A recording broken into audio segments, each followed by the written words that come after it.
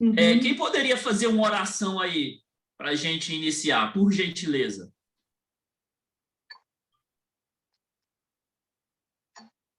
Bom, se o pastor Davi, o senhor podia fazer essa oração? Então, assim, oração. Então, meus irmãos, Senhor nosso Deus, obrigado, Pai, por esse tempo de EBD, por esse momento de instrução na Tua palavra, momento, Pai, agradável, edificante, que redunda em tantos benefícios para a nossa alma. Pedimos ao Senhor que nos abençoe nosso coração, nossa mente, todo o nosso ser, Pai, para que cresçamos no conhecimento e na intimidade do Senhor. Usa o nosso professor Leandro para esse propósito, capacitando com tudo que é necessário, Pai, para ser um instrumento do Senhor, é o que nós pedimos. No nome do Senhor Jesus, amém. amém. Obrigado, pastor. Então, pessoal, vamos lá, vamos começar a nossa aula. A gente vai hoje, e antes de começar, só lembrando a todos que a aula está sendo gravada, tá? E ela será disponibilizada no YouTube. Então, a sua imagem, a sua voz podem ser captadas e transmitidas pelo YouTube, ao você continuar na aula, tá? Vamos continuar no panorama do Novo Testamento, né? A aula de hoje vai ser uma aula sobre a vida de Paulo de Tarso e a gente já vai dar uma entrada em Romanos, né? Nessa carta que foi escrita pelo apóstolo Paulo. Tá? Vamos passar aqui para uma cronologia. A gente já começou a ver na aula passada, a gente já viu muita coisa da vida de Paulo. Então, vamos começar aqui a fazer uma análise mais cronológica, para a gente ter uma visão bem geral e ampla da vida de Paulo, né? Paulo, ele nasceu lá por volta do ano 5 a 10 de Cristo. Ele foi testemunha da morte de Estevão, isso está lá em Atos 2, 7, 58, né? Eu até perguntei para vocês, e eu acho que foi o João que falou, né? Acertou que foi Estevão foi o primeiro mártir cristão registrado.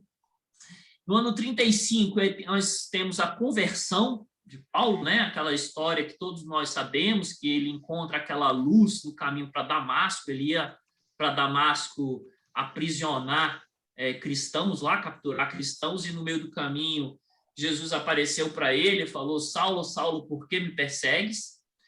E após a conversão dele, ele vai para a Arábia, e em Damasco, a gente percebe que após a conversão dele, os judeus queriam matá-lo, né? Provavelmente eles pensaram: esse Saulo é um traíra, é um maluco, antes perseguiu os cristãos e agora resolveu virar cristão, né? Então ele teve que fugir da cidade de Damasco após a conversão dele. A Bíblia relata que ele fugiu num cesto, descido pela muralha da cidade. Ele foi para a Arábia, passou um tempo na Arábia e depois retornou para Damasco. No ano 38, a gente percebe que ele vai a Jerusalém, passa 15 dias com Pedro e Tiago, né? Nessa ocasião, isso aí está lá relatado em Gálatas 1, 18 a 19, em Atos 9, 25 a 30. Lá a gente percebe que os crentes de Jerusalém não acreditavam na conversão dele, né? Era uma coisa meio absurda, como é que um homem que perseguia, maltratava, espancava, matava os cristãos, agora tinha se tornado um cristão. E em Jerusalém também a gente percebe que quando ele chegou lá, os judeus também queriam matar ele, não gostavam dele. O Paulo, com a conversão de Paulo, inicialmente ele conseguiu desagradar todo mundo com a conversão dele, né? Ele desagradou os judeus e desagradou os cristãos, porque os cristãos, à primeira vista, também não acreditavam muito que aquilo era verdade, né? Eles ficavam desconfiados a respeito da conversão dele. Próximo. Sobre esse negócio de velho, pastor Davi, eu me seguro para não falar a próxima transparência. Eu sou da época do PowerPoint que a gente passava transparência. Tem que falar o próximo slide. Isso aí então, vamos lá. No próximo slide, a gente que vê aqui a partir do ano 38 a 43, ele volta para a Síria, ele está na cidade da Cilícia, que é Tárcio, né? Uma região ali da Turquia, essa região da Cilícia, ao norte da Síria, e depois ele passa um ano em Antioquia. Né? Até aí o ministério de Paulo não havia começado como a gente conhece, né? Como a gente tem a entender. Ele estava numa fase de preparação. E ele vai a Jerusalém no ano 43, 44, entendeu? Levando ajuda para as vítimas da fome, né? E aqui, a partir do ano 46 e 48, a gente começa a perceber a primeira viagem missionária de Paulo, né? A primeira viagem que Paulo faz pregando o evangelho, implantando igrejas. E no ano 49 a 50 tem o Concílio de Jerusalém. Esse Concílio de Jerusalém foi uma treta que teve entre os cristãos, né? Alguém sabe aí falar que confusão é essa que rolou no concílio? Só não vale o pastor Davi. Alguém sabe? Por favor, não use o chat.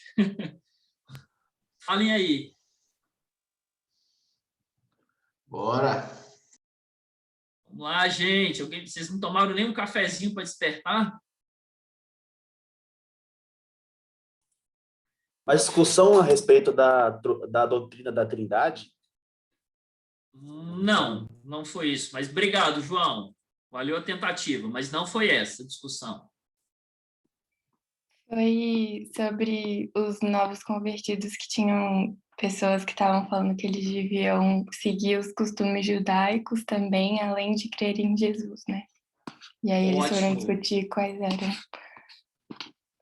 Ótimo. Camila, né? Falou? Isso. Parabéns, Camila. É justamente isso. Esse Concílio de Jerusalém, existia uma controvérsia no início do cristianismo. Os cristãos gentios, os cristãos gentios teriam obrigação de cumprir, de seguir todos aqueles ritos judaicos, né? Teriam que guardar o sábado, teriam que circuncidar, teriam que se abster de determinado tipo de alimentação, né? Então, havia essa polêmica no início do cristianismo, né? Muitos judeus, eles que se converteram, eles achavam que os irmãos, os novos convertidos gentios, teriam que seguir aquilo. E aquilo gerou uma polêmica, né, no meio da cristandade, né? Isso foi alvo de muita polêmica. E como eu cheguei a tocar nisso de uma forma bem superficial na aula passada, mas aqui a gente vê que pessoas cheias do Espírito Santo, elas também podem divergir a respeito de pontos doutrinários. Pode haver divergências entre os cristãos, né? O que a gente tem que ter em mente é que a gente precisa ter uma disposição para chegar a um acordo a respeito do que for essencial, aquilo que for realmente importante para a nossa fé. A gente não pode arrumar, digamos, confusão e ser motivo de rompimento, de comunhão, por coisas assim, secundárias.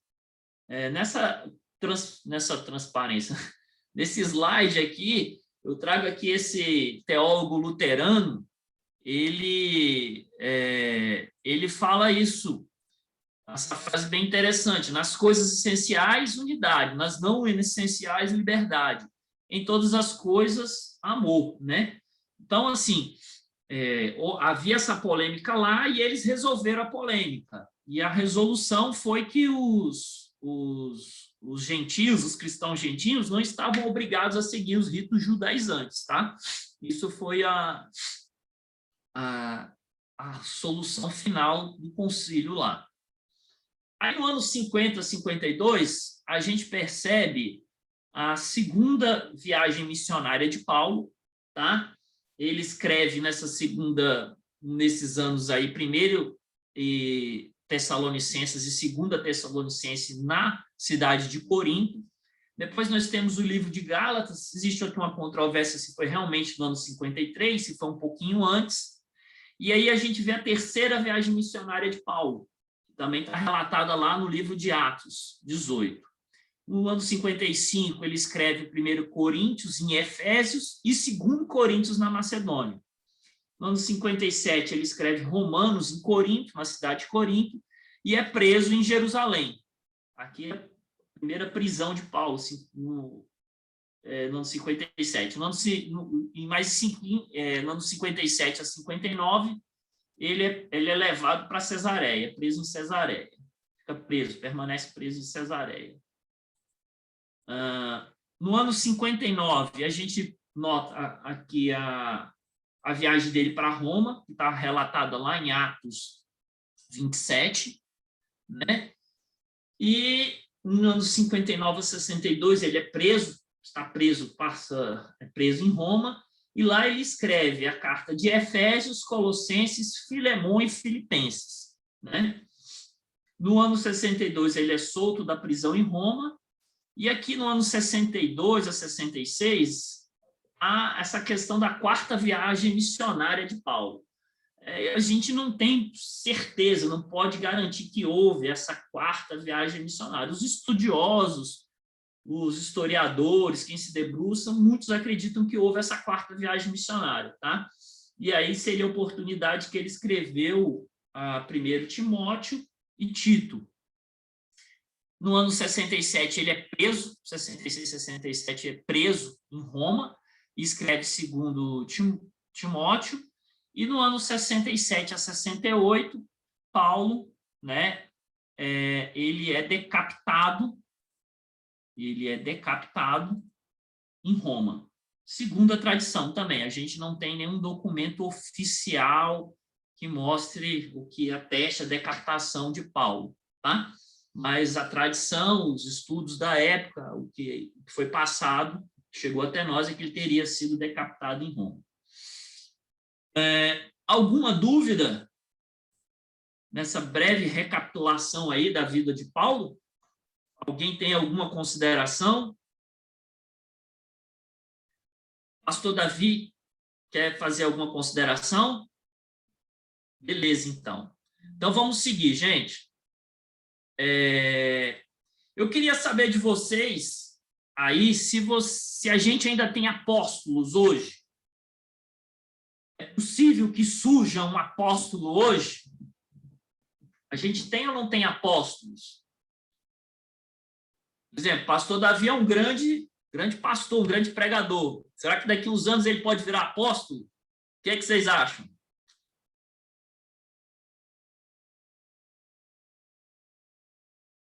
E aí, galera? Vamos falar aí. Então, a resposta acho que é sim e não, né? Sim, existem apóstolos, auto-intitulados apóstolos, que antes era só bispo, né? Agora o povo quer ser apóstolo. Verdade. Mas a gente sabe que, biblicamente, apóstolo foi alguém que andou com Jesus, né? Ótima, Ana. Né, eu quero que a Júlia, minha filha, seja assim quando crescer. E seja excelente resposta. Excelente resposta. Vamos lá aqui na... Gente, apóstolo, no sentido clássico da palavra, é missão. Ele tem uma missão. Ele recebe uma missão do Senhor, tá? Ele tem a missão de expandir a mensagem, de expandir o evangelho para as novas localidades, organizar a vida cristã entre os fiéis. Ele é responsável pela fundamentação de questões doutrinárias em consonância com os ensinamentos de Deus. Ele estabelece doutrina, ele estabelece os postulados, os fundamentos, os rudimentos da fé, né? Então, assim, para ser apóstolo no sentido clássico, precisa ter visto Jesus e ter sido ensinado pelo Senhor Jesus. Segundo requisito, ele precisa ter realizado sinais, prodígios e milagres. E terceiro, ele ter recebido a comissão direta de Deus. Deus tem que ter comissionado diretamente, constituído a pessoa como apóstolo, ok? Então, assim, todos esses apóstolos que a gente conhece, né, todos eles cumpriram esses requisitos. O problema é que hoje os apóstolos, as pessoas que se intitulam apóstolos, pelo menos, eu tenho um requisito que esses caras não cumpriram, né? Ter sido ensinado pelo Senhor Jesus. Eu acho isso aqui é muito difícil, né? Ter sido ensinado diretamente pelo Senhor Jesus. Ter recebido a comissão direta de Deus, também levanto minhas dúvidas sobre todos esses que se intitulam apóstolos, né? Apóstolo também, ele tem um sentido de mensageiro, tá? Vocês vão ver, quando vocês abrirem lá, e quem tiver a curiosidade depois, ou mais para frente, vão se deparar com acho que, não sei se é em Romanos, mas vai ter diretamente essa palavra, apóstolo, mas é no sentido de mensageiro. A gente vai ver que Andrônico e Junas eram considerados apóstolos, mas não apóstolos no sentido clássico, daquele que estabelece doutrina, que estabelece os postulados, os rudimentos da fé, mas sim apóstolo no sentido de mensageiro. A gente vai ver que Barnabé também é chamado ali de apóstolo. Dependendo da tradução, não vai aparecer aqui a palavra apóstolo, vai aparecer uma palavra que no grego é a mesma de apóstolo, tá? A palavra no grego, ela tem esses dois significados. E o Epafrodito também, lá em Filipenses, vocês também vão encontrar isso. Dependendo da tradução, pode aparecer a palavra apóstolo, mas se você vai olhar no grego, é porque a palavra apóstolo tem o mesmo sentido, ele tem os dois sentidos, o sentido clássico, daquele que estabelece a doutrina, e daquele que é mensageiro, tá? E Paulo viu Jesus? Será que Paulo cumpriu todos esses requisitos? Né? Que ele fez milagres, a gente sabe. Que ele fez prodígios, a gente sabe. Que ele foi comissionado por Deus? Acho que sim, porque por todas as obras que a gente viu ele fazer. Agora, ele viu Jesus, ele andou com Jesus. O que vocês acham? Como é que Paulo cumpriu esses requisitos?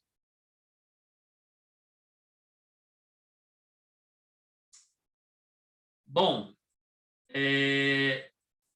a gente vê que Paulo ele foi ensinado por Jesus, né? Lá em Gálatas 1, de 1 a 12, ele fala, ele explica essa situação dele. Faço, porém, saber que o evangelho por mim anunciado não é segundo o homem, porque eu não recebi nem aprendi de homem algum, mas mediante revelação de Jesus Cristo, tá? Então, segundo os doutrinadores, os estudiosos, os pais da igreja, eles afirmam que Paulo passou 3 anos na Arábia e que provavelmente durante esse tempo ele recebeu boa parte do ensino teológico dele mediante revelação direta de Cristo. Então, por isso que Paulo ele pode ser considerado realmente um apóstolo autêntico, no sentido clássico da palavra. Ok? Então, vamos seguir. Alguma dúvida? Alguém quer fazer algum apontamento? Então, beleza. Então, vamos seguir. Gente, isso aí é a cidade de Roma, né? O Coliseu, o Fórum Romano. Essa cidade, na época que a gente está aqui no início da era cristã, ela tinha por volta de 1 milhão, um pouco mais de 1 milhão de habitantes, que era uma coisa fabulosa para a época, né? Tem uma cidade de quase 1 milhão de habitantes na época, né? Aqui, hoje, uma cidade de 1 milhão de habitantes é comum. Na China, parece até ser uma vila, né? Na Índia, tamanho das cidades hoje em dia, né? E a gente vai, então, começar a estudar a carta de Romanos. Vamos dar início às cartas paulinas, passando por Romanos. O autor, como todos sabem, é Paulo. O local que ele escreveu isso, provavelmente em Corinto. Os estudiosos apontam que a cidade deve ter sido esse local que ele escreveu a carta, por conta de algumas referências, né, que em Romanos ele faz a referência a Cencreia, que era o porto de Corinto, tem a referência à pessoa de Gaio e Erasto, lá em Romanos, no versículo 16, 23, que são pessoas ligadas à igreja de Corinto. Ele escreveu perto do fim da terceira viagem missionária, mais provavelmente do ano 56, e Paulo escreve os Romanos quando ele se preparava para partir para a Judéia como oferta para os pobres cristãos da igreja de Jerusalém. O destinatário da carta é a igreja de Roma, e aqui a gente tem que fazer uma observação, porque tem muita gente que se engana a respeito disso. Paulo ele não fundou a igreja de Roma, tá? E não estava sob a jurisdição de Paulo. Paulo não tinha jurisdição sobre a igreja de Roma. E Pedro também não fundou essa igreja, tá? Apesar da tradição católica falar que Pedro, vigário de Roma, que alguns falam que Pedro fundou a igreja de Roma, não. Os melhores estudiosos, a história, mostra que Pedro não fundou a igreja de Roma, tá? Mais para frente aqui, a gente vê o propósito. O propósito era que Paulo ele queria ensinar as grandes verdades do evangelho. Paulo queria falar da graça para os cristãos que haviam recebido instrução dos apóstolos. Ele também tinha a intenção, quando escreveu essa carta, para obter ajuda com o ministério que ele planejava desenvolver na Espanha. Quando a gente olha lá em Romanos 15, 28, a gente percebe que ele tinha a intenção de ir para a Espanha. Na verdade, essa é uma carta que Paulo pretende mostrar para a igreja de Roma a boa teologia dele. Ele queria mostrar que ele não era um maluco nem um aventureiro. Ele queria o apoio da igreja de Roma para ele iniciar uma obra missionária, que era o plano dele, na Espanha, né? E Roma era importante por isso porque Roma está geograficamente perto da Espanha. E também tem outro objetivo aqui da carta, que era arrefecer as tensões entre os judeus e os cristãos. Tá? Arrefecer é diminuir as tensões. Naquela época, a disputa entre os judeus e os cristãos em Roma tinha tomado proporção gigantesca. Os judeus falavam que eles estavam certos, os cristãos falavam que os judeus estavam errados, e aquilo começou a gerar uma tensão entre os judeus, a tal ponto que em 49 depois de Cristo, o imperador Cláudio expulsou os judeus de Roma, por eles estarem sempre brigando por essa história de Cristo. Isso porque ocorria violentos debates na comunidade judaica em Roma, quanto às reivindicações de ser Jesus Cristo Deus, ser filho de Deus ou não. Então, vocês imaginam como é que era a confusão que existia entre os judeus e os cristãos em Roma, a ponto do imperador ter que expulsar, entendeu, esse pessoal da cidade. A gente, assim, não sei como é que era isso, mas eu imagino que era assim, eles deviam estar brigando no shopping, brigando, se trazendo para a nossa realidade, arrumar briga no mercado, arrumar briga na sinagoga, na rua, em todo lugar.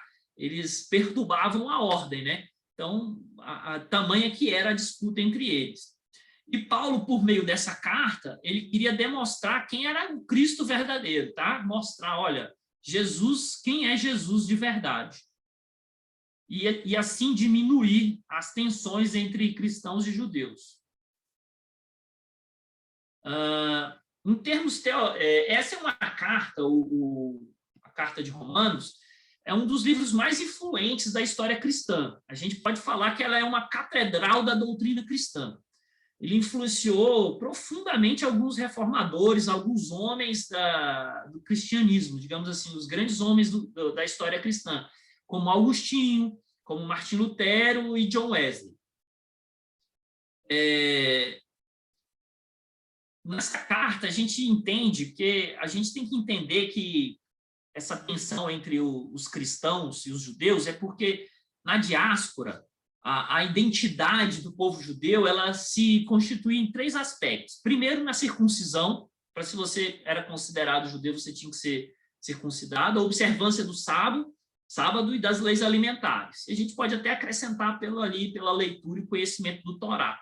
Porque as outras práticas, o judeu que morava na diáspora, ele não tinha muito como cumprir, né? Os sacrifícios, as festas, participar de todas as festas, aquela coisa toda. Então, os judeus convertidos ao cristianismo, eles carregavam essa disposição mental de que eles deveriam observar também esses ritos judaicos.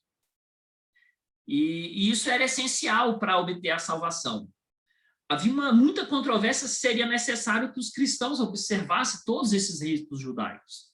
Então, assim, a tensão era tão grande, era a tensão entre judeus e cristãos, e a tensão existia entre os próprios cristãos que vinham do judaísmo e cristãos que não eram judeus, de origem.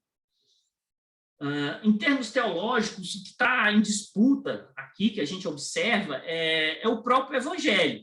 Se a justiça de Deus ela é suficiente para a nossa salvação, ou se o cumprimento da lei é o essencial, né? Como está aí, se a justiça de Deus chega pelo cumprimento da lei ou pela fé em Cristo Jesus, pelo dom do Espírito Santo.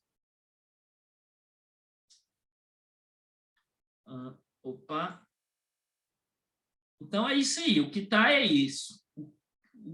Como a gente viu hoje na pregação lá do pastor Marco Antônio, estava falando sobre o coração limpo, como ele bem observou, é possível que alguém, pelo próprio esforço próprio, eu, você, alguém se esforçando possa se tornar limpo, possa se tornar justo diante de Deus, né? Nós somos justificados pela fé ou pelas nossas boas obras? Esse que aqui é o tema central da carta de Romanos. Tá? Princípios doutrinários. A gente vê. Romanos ele vai falar sobre a pecaminosidade do homem, o pecado que separa o ser humano de Deus. E somente por Jesus Cristo pode haver reconciliação entre Deus e o homem. A gente também vê a justificação pela fé, que é a libertação completa do juízo e da escravidão do pecado, que vem mediante a fé em Jesus Cristo. Ok? Tem outras duas doutrinas também muito importantes em Romanos. É a doutrina da santificação, por meio da expiação de Cristo. Os cristãos são glorificados e separados para o serviço a Deus, né? Em toda essa quantidade de versículos, não só em Romanos, mas também nos outros livros da Bíblia que corroboram essas doutrinas. Aí a reconciliação, que é o sacrifício de Jesus Cristo, que renova o relacionamento entre Deus e o homem. Ok?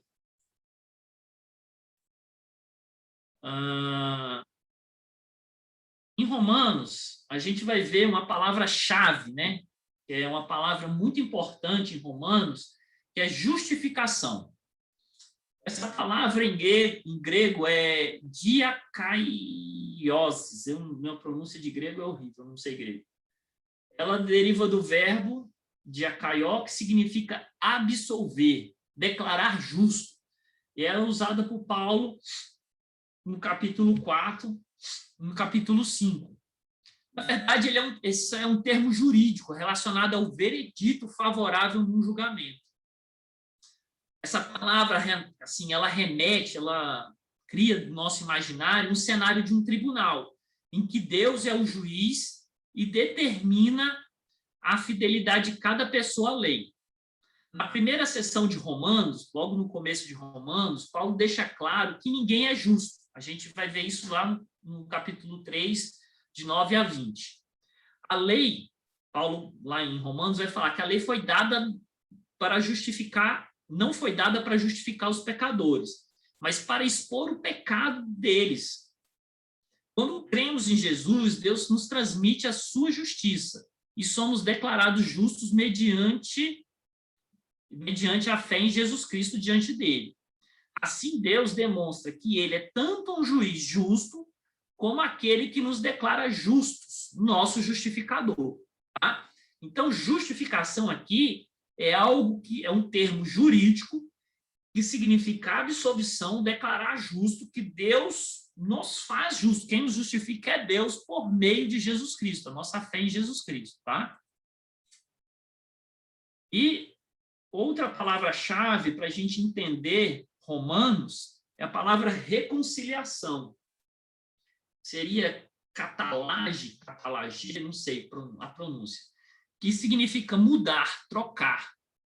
Essa palavra, num contexto de relacionamento entre pessoas, o termo implica uma mudança de comportamento por parte de ambos os indivíduos, uma mudança de inimizade para amizade. Quando essa palavra é utilizada para descrever o relacionamento entre Deus e um indivíduo, o termo implica uma mudança de comportamento. É inerente à doutrina da justificação a reconciliação. E a reconciliação é a alteração do comportamento de Deus em relação ao pecador. Deus declara a justiça dele, de um indivíduo, declara a justiça de um indivíduo antes que era seu inimigo. Então, quando Deus justifica a mim e a você, ele opera a reconciliação, que antes nós éramos vistos sem inimigos de Deus, sem Jesus nós éramos inimigos de Deus, pecadores, e agora nós mudamos, Deus muda o relacionamento que ele tem conosco, nos declarando justos e nos tornando filhos dele.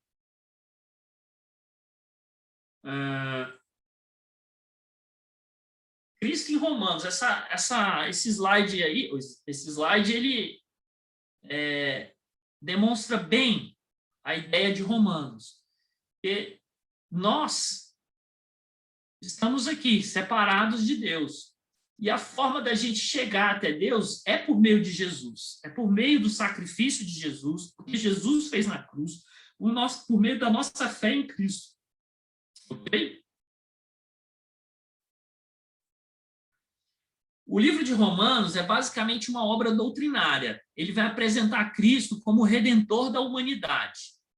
Paulo vai declarar que somente a fé em Cristo reconcilia a humanidade pecaminosa com Deus Todo-Poderoso.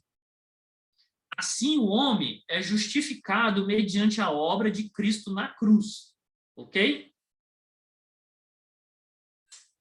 Alguém tem alguma coisa aí para dizer? Tem alguma dúvida? Pastor Davi, quer fazer alguma observação? Não, tranquilo, tranquilo. Bom, então, sem nenhuma dúvida, vamos seguir em frente, tá? Vamos agora fazer um breve passeio pelo livro de Romanos, tá? Lá no começo, a gente vai ver a saudação inicial e a introdução. Infelizmente, pela questão do tempo, a gente não vai conseguir ler as referências, tá? Algumas, quem sabe, a gente consiga. Vou pedir para alguém aí ler o Romanos 1, 16, 17. Esse slide é a parte que está marcada em azul, tá? Alguém pode ler aí? Eu posso ler. Por favor, então. Porque não me envergonho do Evangelho de Cristo, pois é o poder de Deus para a salvação de todo aquele que crê, primeiro do judeu e também do grego, porque nele se descobre a justiça de Deus de fé em fé, como está escrito, mas o justo viverá pela fé. Muito obrigado. Nada. Então, gente, como vocês viram aí, a nossa justiça vem pela fé, não vem por obras, tá? A gente é justificado pela fé em Cristo Jesus. É isso que nos salva. E isso daí, como eu falei para vocês, que o livro de Romanos inspirou grandes personalidades, podemos dizer assim, grandes homens da fé cristã, foi esse versículo aí que praticamente é o versículo da reforma protestante, né? Influenciou Lutero e todos os reformadores, né? Aquela época lá, da época da reforma, em que a salvação era obtida, né? Tinha-se a ideia que ela era obtida por obras, pelo pagamento de indulgências, e os reformadores vieram a dizer, não, salvação é obtida por meio da fé, tá? A gente vê no livro de Romanos aqui no capítulo 1 mesmo, do início do 18 até o versículo 3:20, a gente vê a exposição que Paulo faz sobre a condenação e a necessidade da justiça de Deus. Ele fala lá que os gentios estão sob condenação, né? Lá a gente vai lá, desculpe, no início a gente vai ver lá no versículo 18, Paulo fala que os gentios receberam a revelação de Deus, mas rejeitaram rejeitaram essa revelação. A rejeição da luz levou à ignorância espiritual, e a ignorância espiritual conduziu à idolatria, e a idolatria conduziu à corrupção moral dos gentios, né? O Paulo ele faz essa gradação, essa sequência, ele faz esse encadeamento de ideias, da revelação natural de Deus, que a gente observa ao observar a natureza, a criação, e a rejeição disso, que levou à ignorância espiritual, à idolatria e à corrupção moral dos gentios. Depois a gente vê que os judeus estão sob condenação. Paulo fala que os judeus, mostra que os judeus, em vez de se humilhar pelo conhecimento da lei, como deveriam ter feito, né? Porque eles conheciam a lei, não conseguiam cumprir a lei, então eles deveriam se humilhar e se arrepender. Os judeus se tornaram críticos e presunçosos. A presunção cegou os judeus para não compreender o que aos olhos de Deus que eles não eram melhores do que os pagãos, que não têm a lei.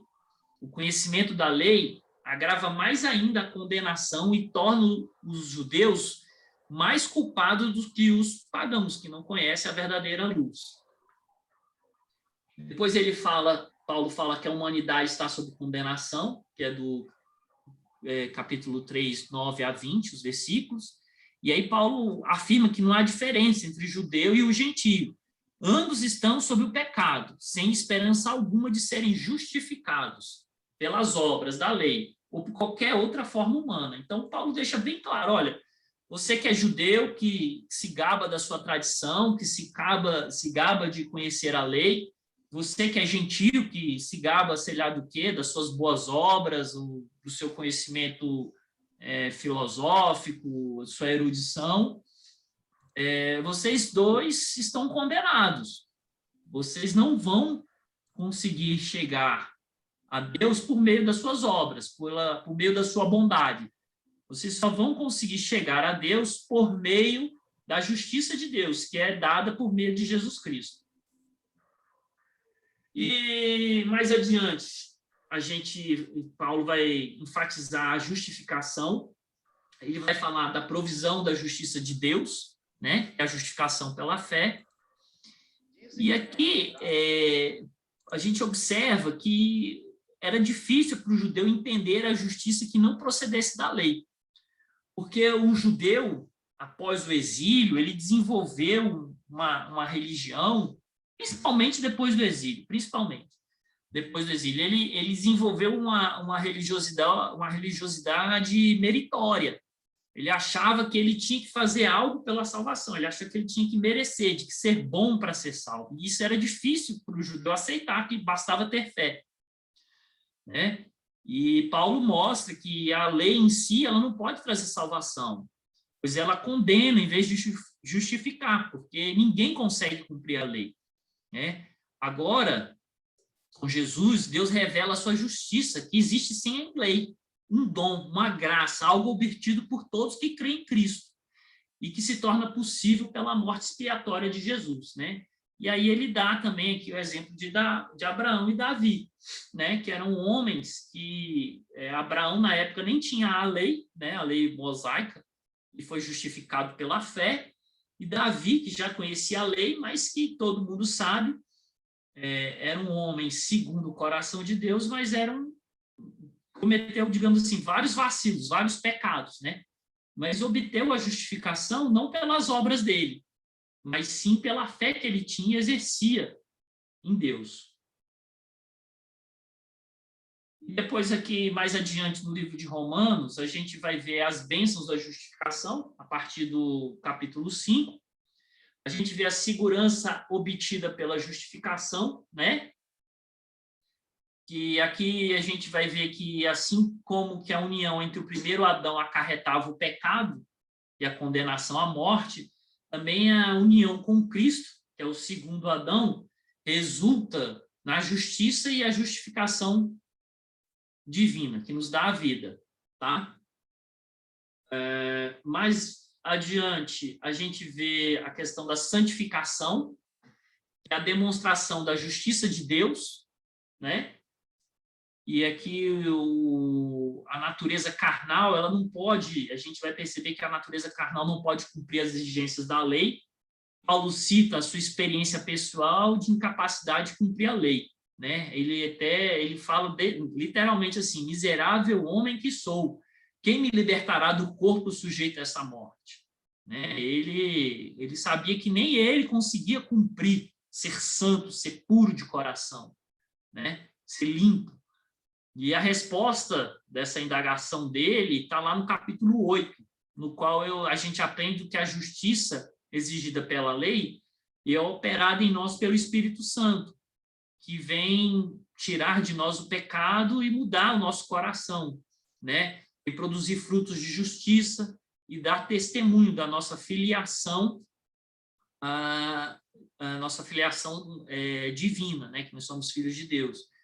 Então, aqui lá no capítulo 8, a gente vai começar a observar, Paulo vai começar a falar, olha, a salvação vem de Deus, é pela fé, e a santificação, ela ocorre por meio da ação do Espírito Santo, que vai mudando o nosso coração, né? Aqui, numa aula sobre santificação, né? Então, a gente não vai falar muito a respeito disso daqui, né? Como é que todo esse processo se dá na vida do crente. E mais na frente a gente vê a restauração, e aqui é um ponto lá no capítulo 9, que Paulo fala sobre a rejeição de Israel, rejeição dos judeus, e ele fala aqui que a rejeição não vai ser total, ele fala de um remanescente fiel de Deus, quando na plenitude dos tempos tiver chegado à igreja, Deus enviará um redentor que levará a nação inteira à bem-aventurança, né? Mais questões mais escatológicas que Paulo acaba abordando, do fim dos tempos, e relação também ao destino, ao futuro do povo judeu. Aqui depois a gente vê a aplicação e o comportamento da justiça de Deus, né? O dever cristão como um membro da igreja, a gente vê a consagração, o serviço, o amor, a ação, o comportamento cristão, o dever cristão como um membro do Estado, obediência às autoridades. Isso aqui é muito interessante nos dias que a gente tem vivido, né? Vale a pena vocês dar uma olhada nisso daqui, sobre como o cristão deve ser obediente, respeitar as autoridades. O dever cristão para com os mais fracos, tá? O cristão como um agente de promoção, não vou usar a palavra justiça social, porque esse é um termo que pode levar a entendimentos equivocados, mas o cristão como um agente daquele que promove o bem, que ajuda os fracos, os pobres e os necessitados. E mais na frente aqui a gente vai ver a conclusão, saudação e bênçãos. Esse foi um passeio bem rápido sobre Romanos. Sei que foi bem rápido mesmo, por isso eu vou perguntar, no meio dessa correria toda, alguém tem alguma coisa para falar? Alguma coisa ficou mal compreendida? Não?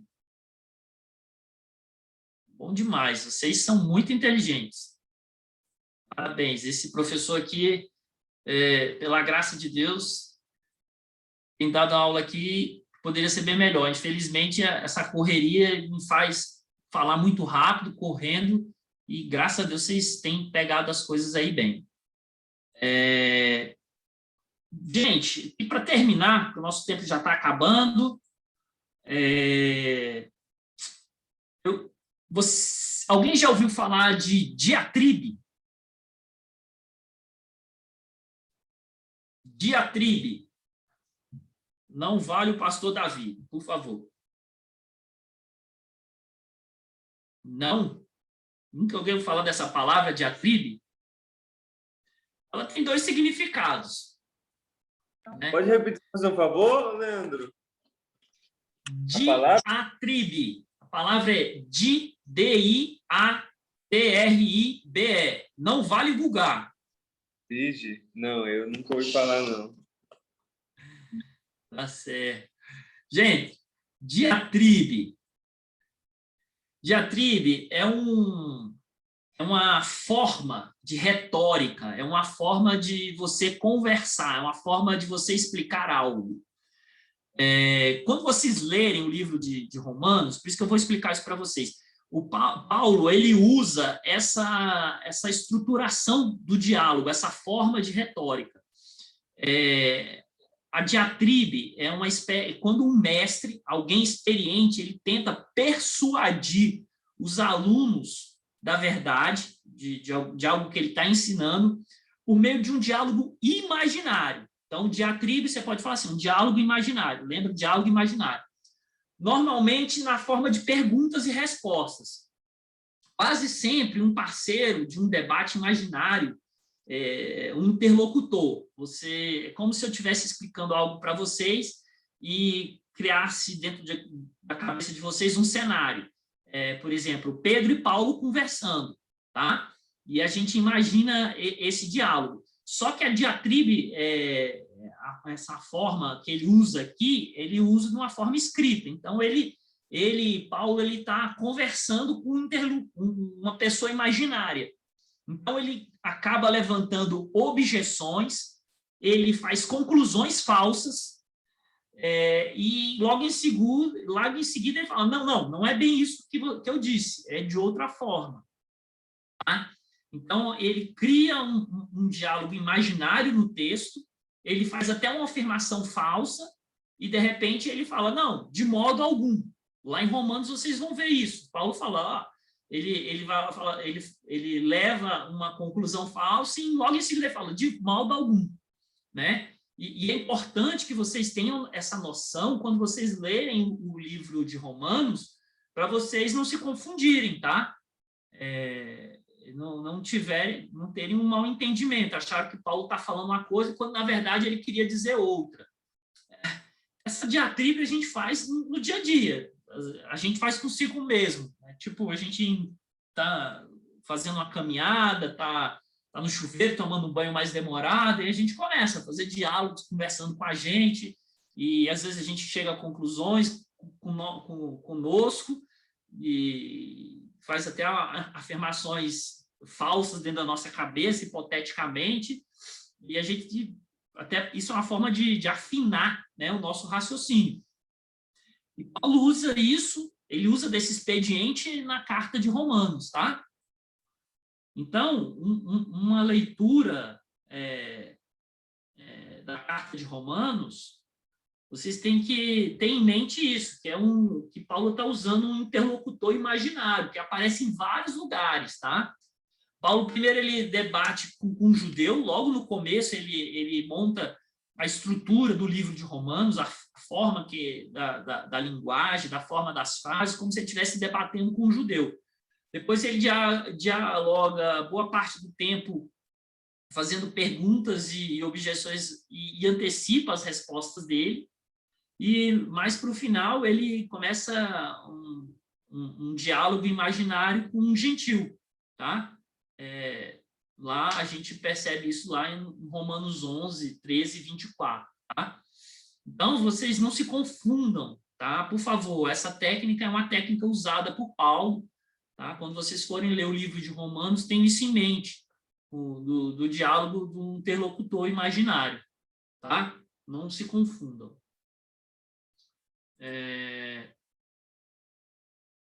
Alguém quer falar alguma coisa aí?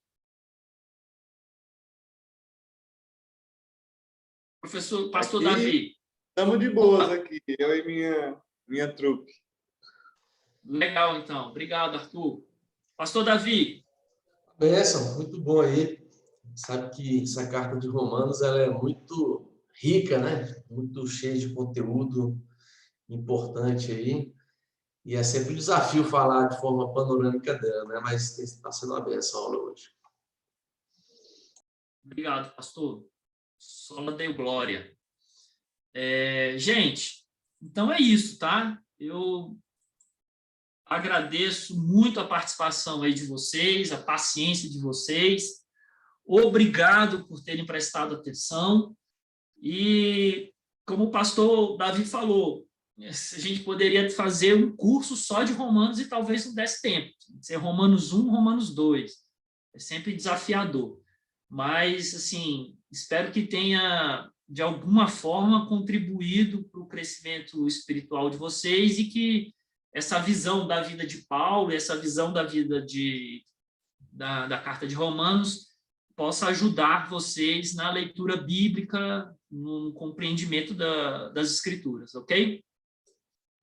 Ok, foi top, né, Leandro? Obrigadão, viu? Obrigado, Arthur. O Martin Lloyd Jones tem um comentário de Romanos, que aí, sabe quantos livros são que tem nesse comentário de Romanos? Alguém chuta aí. Um comentário sobre o livro de Romanos. Quantos livros ele escreveu? Alguém chuta aí. Sei. Eu vou chutar 10, pastor. 10, que mais? 15. 23. 23. O Matrix, tu já alucina, né? 23. Mas é um chute bom. 14 livros. 14 livros de Eu falei 300 e poucas 15. páginas. Eu falei 15. Comentário de Romanos. Certa Ana quase 14. acertou. Ana passou perto. 14 volumes. Não são, não é livrinho de 100 páginas, não, cada volume. São livros grandes mesmo, de 300 páginas, 200 páginas. Aí. 14 livros. Para vocês verem aí, né, como é um livro rico, né, e que desafiador aí e tudo mais, para poder se falar sobre, né, porque muito detalhe, muita coisa. Isso aí. Tá certo, então. Tem um presidente aí da UMP, quer dar fazer alguma consideração, alguma dica aí, presidente? O presidente não está presente? O presidente não está, não, mas eu também vou até abrir o vídeo aqui. Essa semana estou melhor. Essa semana estou mais preparado para abrir o vídeo. Tá bem melhor, hein? Tava Gostei, acabado. Arthur. Tá com visual melhor essa semana. Essa semana aí a gente teve o nosso PGzinho, foi top, bênção de Deus. E aí, como a gente teve a decisão do conselho que a gente estava esperando e foi prorrogado até o dia 6 a suspensão das atividades dos ministérios, né? A gente pede para que vocês fiquem atentos aos grupos. Alguma novidade, provavelmente a gente deve fazer alguma coisa no sábado, alguma programaçãozinha diferente. Infelizmente ainda online, mas vamos seguir firmes aí, que se Deus quiser, logo a gente está de volta. E também, quem ainda não tiver aí no grupo do CAN e queira se disponibilizar, a gente também está gravando videozinhos aí, louvando o nosso Deus, e tem sido top.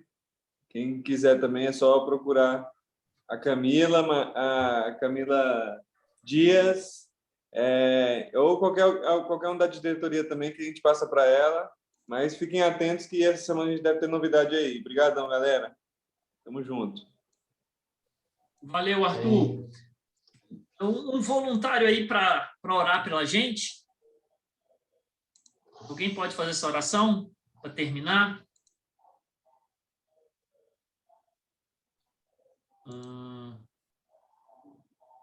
Vou escolher então, hein? Já que não tem voluntário. Vou olhar aqui. Esther Cabral, pode fazer essa oração para a gente, Esther? Isso sim. Obrigado, Esther. Então, eu vou orar. Senhor, obrigada pelo dia de hoje, pelo início da semana e pela oportunidade que o Senhor nos dá de aprender mais da Tua Palavra. Te agradeço pela aula de hoje. Obrigada pela vida do Leandro e do pastor Davi, que tem se dedicado a nos ensinar aqui. Te peço que o Senhor nos ajude a entender e também colocar em prática tudo aquilo que o Senhor tem nos falado e nos ensinado. Guarde o restante do nosso dia, nossa semana, e que o Senhor também nos ajude a nos prepararmos para o culto mais tarde. Em nome de Jesus, amém. Amém. Obrigado, Esther. Obrigado, pessoal. Bom domingo para todo mundo, hein?